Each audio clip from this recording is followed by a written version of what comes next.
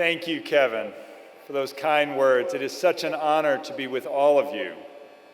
And I so appreciate that kind introduction. Kevin also could have shared a different introduction, also true. Failed attempt to become student body president here at UNC. Mediocre investment banker at Goldman Sachs. Laid off from my job at Marriott. And after I had 3 kids, unemployed for 18 months. Those are some pretty epic fails, but also an important part of the story. I'll come back to that in a bit. First, I want to congratulate all of you. This is a great moment for you and your families. And happy Mother's Day to all the moms.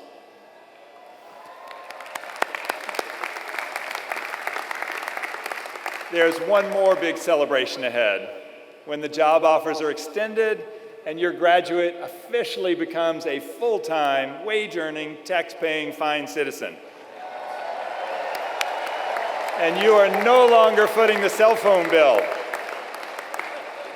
Speaking of cell phones, I know you're looking at them. Feel free to share the highlights. Class of 2019, I know how hard all of you have worked. 774 of you are first-generation college students.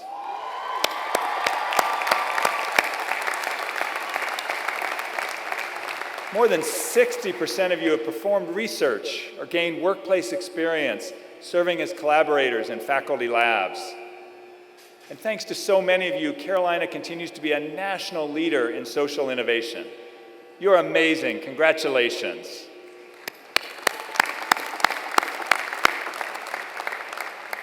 As Kevin shared, this setting is not new to me. 2 years ago, I sat among the guests and watched my son graduate. And back in 1984, yikes, I am old, I sat over there back then with a group of my friends during commencement. Sad to say so many goodbyes, but eager to start my new life. Chapel Hill will always be home for me. I was born in Memorial Hospital, and we lived on Franklin Street. My dad was a classics professor here. I met my wife here, and my daughter will be a freshman in the fall. We're very excited. I'm pretty sure our blood really is Carolina blue. So I get to congratulate you, not just as some guy making the commencement remarks, but as a proud fellow Tar Heel, and I am so happy for each one of you. Now let's get back to those failures I was talking about. I often refer to the tough times that we leave off the resume as the white spaces. But it's been during those times that I've often learned the most and focused more on what God would have me do rather than my own agenda. So what about you? How do you know what you should be looking toward in the next chapters of your life? How will you discover what your calling is? I'm not asking about grad school or the profession you've been preparing for. I'm asking you to think about how you'll find your purpose, how you will discover, as theologian Frederick Buechner describes it, where the deep gladness of your heart and the world's great need meet. Today I want to ask you 3 questions about calling that perhaps you've not considered. I hope that pondering your responses will help you discover what God created only you to do. Number 1, whose voices will you allow to speak into your life? Number 2, how will you define rich? And number 3, what are you uniquely wired to do? First, influence. Whose voices do you allow to get through the barrage of messages you receive every day? We're all influenced by others.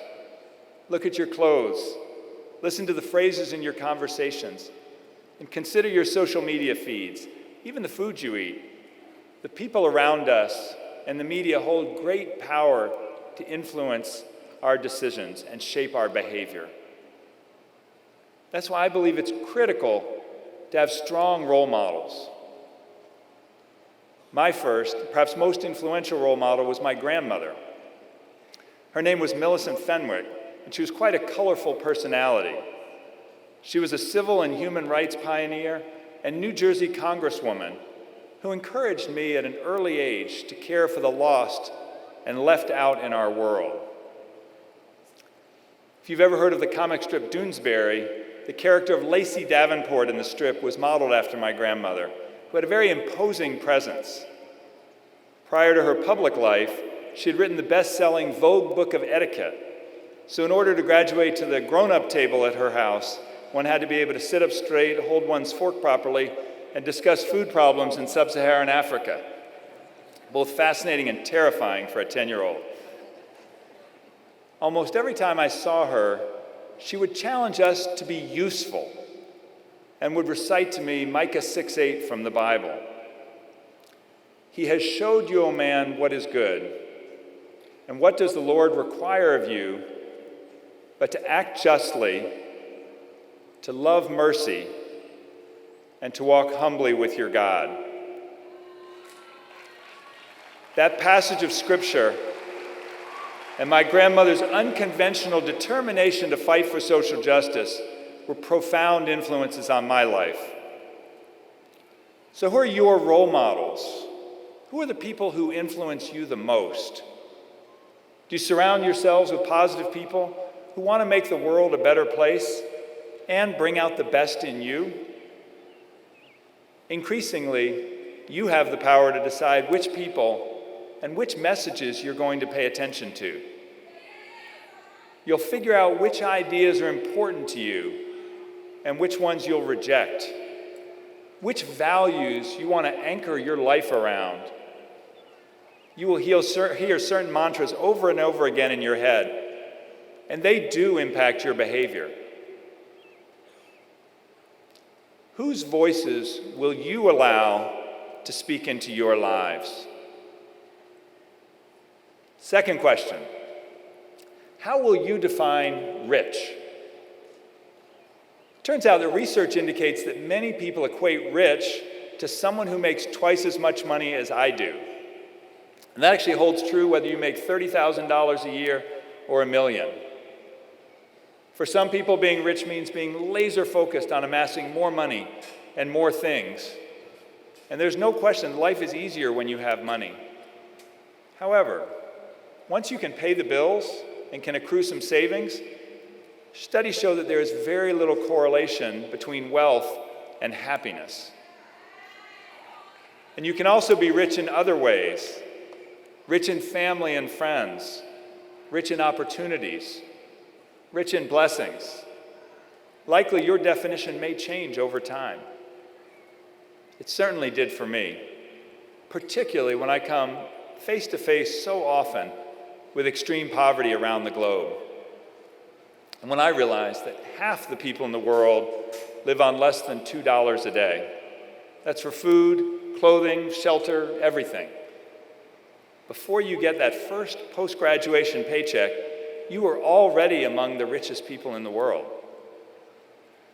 That reality has caused our family to do some deep introspection. My son Alexander and I learned quite a lesson about wealth, compassion, and generosity when we traveled to Zambia. We worked alongside the Piri family to help build their home.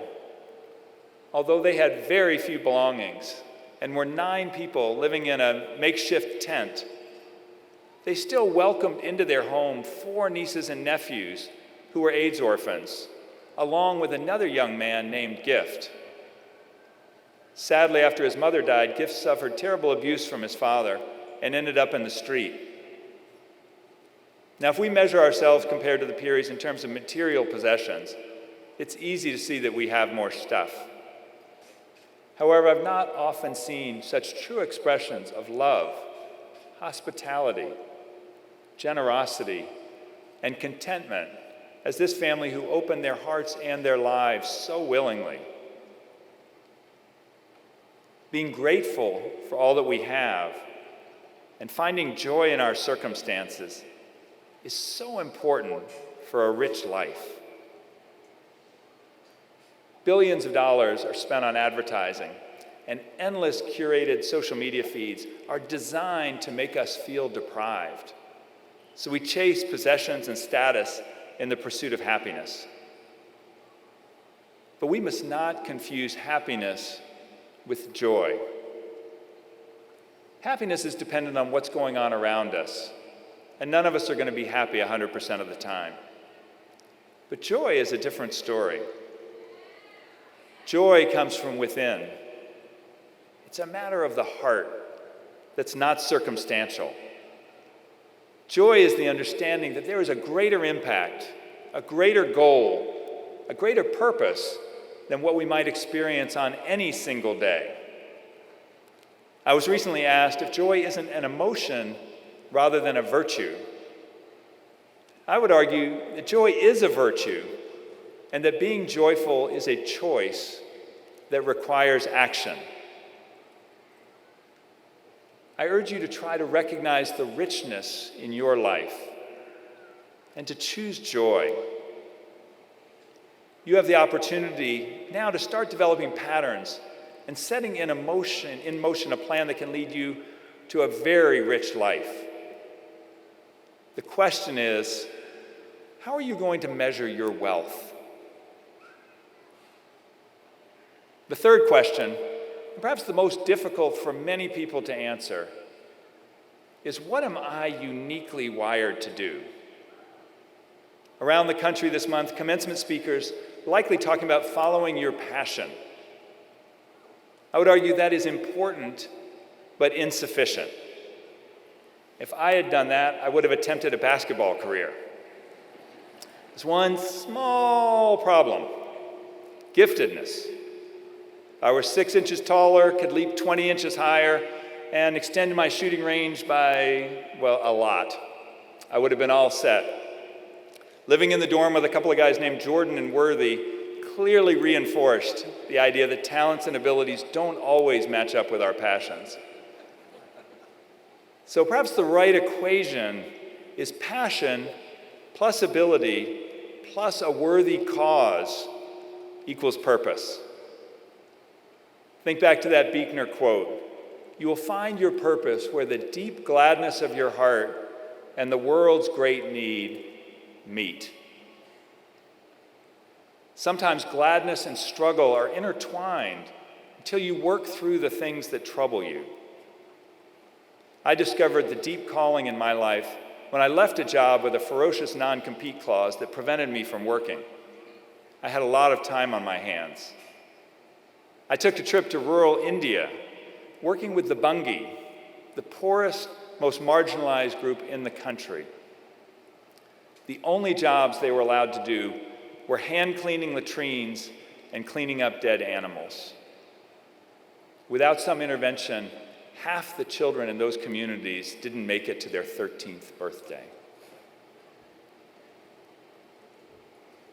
Seeing children living in those conditions devastated me. It was what Clarence Jordan, pastor and spiritual father of Habitat for Humanity, called divine irritation. What that looks like is often people see some terrible event unfold in our community or in the world, and the response is, "That's terrible, somebody ought to do something about that." Then they change the channel. Divine irritation is when you watch that same event and it wrecks you. It's when God seizes you by the scruff of the neck and gives you such a sense of urgency that you have to respond. That's what I felt working with those beautiful children. At that point, I believe God was reaching out to me, and I was fairly sure I wanted to devote the rest of my life to helping the world's poor. Some of you may have experienced such moments of divine irritation in your lives, but many of you may have not. That's okay. I was married, had children, had been a corporate executive for 15 years before I had that dramatic encounter in India. Divine irritations that move us to action are not always bolt of lightning moments. Sometimes the nudges come gradually. I would urge you to pay attention to the things that gnaw at you over and over. Those are the things that will move you to take action, that will motivate you to make this world a better place. This next season of your life is your time to learn as much as you can about the world, to gain all the experience you can, and to struggle with the things that you can't get out of your mind. This is also a time for making decisions about who you will become. I'm an adamant believer in strength of character. And ultimately, your success will be measured not by what you've achieved, but by who you are. Who before what? My hope for each one of you is that you will always have at least one friend with whom you can be fully transparent and who loves you for who you are and not what you do. I also hope you will be that friend. Finally, I want to be very honest with you and tell you that pursuing your calling will require sacrifice. But when you experience a moment of divine irritation, you simply have to respond. After that powerful experience in India, I came back home on fire, looking to find an opportunity to address global poverty issues. And then suddenly all the doors closed. I went through a long waiting period searching for the right mission or organization. Unexpectedly, I was asked to become the administrative pastor at our church. Despite the protestations of all the people I trusted most for career advice, my wife and I prayed about it, and we believed that taking the church job was what I was supposed to do. It turned out to be a wonderful opportunity to serve and grow, and an important time of preparation. While my career path often seemed to take surprising turns, I can now look back and see how all the experiences were preparing me for my current role. I urge you to create space in your life for reflection and listening. Continue to ask yourself, whose voices will you allow to speak into your life? How will you define rich? And what are you uniquely wired to do? In closing, I'd like to offer you this traditional Franciscan blessing. May God bless you with discomfort at easy answers, half-truths, and superficial relationships, so that you may live deep within your heart. May God bless you with anger at injustice, oppression, and exploitation of people, so that you may wish for justice, freedom, and peace. And may God bless you with enough foolishness to believe that you can make a difference in this world, so that you can do what others claim cannot be done. Godspeed, class of 2019, and go Heels!